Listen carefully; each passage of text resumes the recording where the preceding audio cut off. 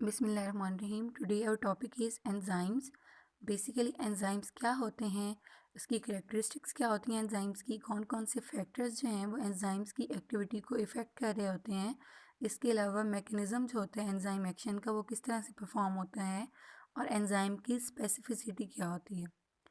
आज हमने इंट्रो पढ़ना है एंजाइम्स किस तरह के होते हैं। एंजाइम्स जो होते हैं बेसिकली प्रोटीन इन नेचर होते हैं। इसके अलावा लिविंग ऑर्गेनिज्म जो होता है वो रिफ्लेक्ट कर रहा होता है कि उसमें कौन कौन से एक्शंस जो हैं वो परफॉर्म हो रहे होते हैं विद इन द बॉडी। अब मेटाबॉलिज्म जो है बेसिकली है सेट है बायोकेमिकल रिएक्शंस का कि किस तरह से मेटाबॉलिज्म में रिएक्शंस जो हैं वो परफॉर्म होते हैं कि वो मेंटेन कर सकें लिविंग ऑर्गेनिज्म की लाइफ को। अब ये कौन कौन से प्रोसेस को इन्वॉल्व करते हैं, मतलब मेटाबॉलिज्म जो है वो अलाउ करता है ऑर्गेनिज्म की ग्रोथ को, रिप्रोडक्शन को, मेंटेन करवाता है स्ट्रक्चर्स को and respond to their environment. Means कि एक जो हेल्दी ऑर्गेनिज्म होता है वही रिस्पॉन्ड कर सकता है इन्वायरमेंटल कंडीशंस को, इन्वायरमेंटल चेंजेस को। देन है एनाबोलिज्म कि एनाबोलिज्म और कैटाबोलिज्म क्या होता है। एनाबोलिज्म में बायोकेमिकल रिएक्शंस जो होते हैं that are in which large molecules are synthesized. Means कि एनाबोलिज्म में क्या होता है, लार्ज मॉलिक्यूल्स की सिंथेसिस होती है, प्रिपरेशन होती है। लेकिन कैटाबोलिज्म में क्या होता है कि लार्ज मॉलिक्यूल्स जो होते हैं वो ब्रोकन डाउन हो जाते हैं इनटू स्मॉलर वंस। तो एनाबोलिज्म में जब लार्ज मॉलिक्यूल्स की सिंथेसिस हो रही होती है तो एनर्जी भी उसमें यूटिलाइज हो रही होती है, यूज़ हो रही होती है। लेकिन कैटाबोलिज्म में जब लार्ज मॉलिक्यूल्स ब्रोकन डाउन हो रहा है इनटू स्मॉलर वंस तो एनर्जी क्या होती है, रिलीज़ हो रही होती है। अब मेटाबॉलिज्म में क्या होता है, केमिकल्स जो होते हैं वो ट्रांसफॉर्म हो रहे होते हैं from one two another by the help of enzymes.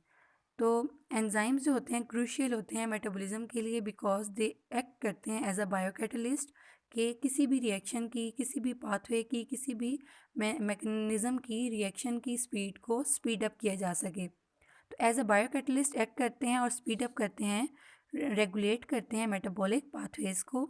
Enzymes जो हैं बेसिकली प्रोटीनिक इन नेचर हैं जो कि कैटलाइज करा रहे होते हैं रिएक्शंस की स्पीड को। The molecules at which enzymes are act are called substrate. अब ये है कि सबस्ट्रेट क्या होता है और प्रोडक्ट क्या होता है। तो ऐसे तमाम मॉलिक्यूल्स जो होते हैं जो कि किसी भी प्रोडक्ट की सिंथेसिस में हेल्प आउट करने जा रहे होते हैं तो वो सबस्ट्रेट होते हैं। अब जब सबस्ट्रेट जो होते हैं कंबाइन होते हैं विद द एंजाइम तो किसकी फॉर्मेशन हो रही होती है, प्रोडक्ट की फॉर्मेशन हो रही होती है। And enzyme converts them into different molecules called products. तो एंजाइम्स जब सबस्ट्रेट के साथ कंबाइन करते हैं तो किसकी फॉर्मेशन होती है, प्रोडक्ट की फॉर्मेशन होती है। That are the definitions of straight and products and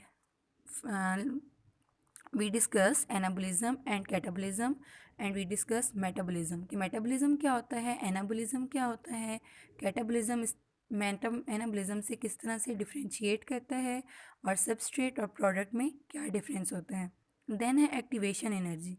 अब एक्टिवेशन एनर्जी क्या होती है, एक्टिवेशन एनर्जी ऐसी एनर्जी है जो किसी भी रिएक्शन को स्टार्ट कराने के लिए एनर्जी चाहिए होती है, that is the activation energy. कोई भी रिएक्शन जो होता है ना उसको स्टार्ट कराने के लिए एनर्जी जो होती है वो प्रोवाइड करना थोड़ी डिफ़िकल्ट भी होती है और उसको स्टार्ट कराना भी थोड़ा डिफ़िकल्ट होता है। लेकिन जैसे ही उसको एक्टिवेशन एनर्जी दी जाती है तो ख़ुद ब खुद जो रिएक्शन होता है वो स्टार्ट करने लग जाता है और कंटिन्यू करना स्टार्ट कर देता है। तो हम एक्टिवेशन एनर्जी को किस तरह से डिफ़ाइन करते हैं कि activation energy is defined as minimum energy required to start a reaction. कि ऐसी मिनिमम एनर्जी जो कि किसी भी रिएक्शन को स्टार्ट कराने के लिए चाहिए होती है that is basically known as activation energy.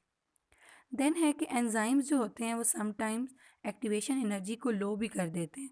तो वो किस तरह से एंजाइम्स जो हैं वो एक्टिवेशन एनर्जी को कम कर देते हैं, वो कौन से ऐसे पॉइंट्स हैं जिनको हम डिस्कस करेंगे। तो समटाइम क्या होता है कि शेप जो होती है सबस्ट्रेट की वो चेंज हो जाती है, इस वजह से क्या होता है एक्टिवेशन एनर्जी कम हो जाती है। समटाइम क्या होता है कि एनर्जी के जो चार्जेस होते हैं, चार्ज डिस्ट्रीब्यूशन जो होती है सबस्ट्रेट की वो डिफरेंट हो जाती है, डिसरप्शन हो जाती है उसकी, उस वजह से भी एक्टिवेशन एनर्जी जो होती है एंजाइम्स की वो कम हो जाती है। देन है कि एंजाइम्स जो होते हैं समटाइम्स एक्टिवेशन एनर्जी को कम कर देते हैं। तो ये भी क्या है, मेन पॉइंट है कि एक्टिवेशन एनर्जी जो है एंजाइम्स की इस तरह से कम हो जाती है। तो एक्टिवेशन एनर्जी को कम कराने के लिए भी कुछ फैक्टर रिस्पॉन्सिबल होते हैं। अदरवाइज एक्टिवेशन एनर्जी जो होती है वो ऐसी एनर्जी होती है जो किसी भी रिएक्शन को स्टार्ट कराने के लिए यूज़ होती है।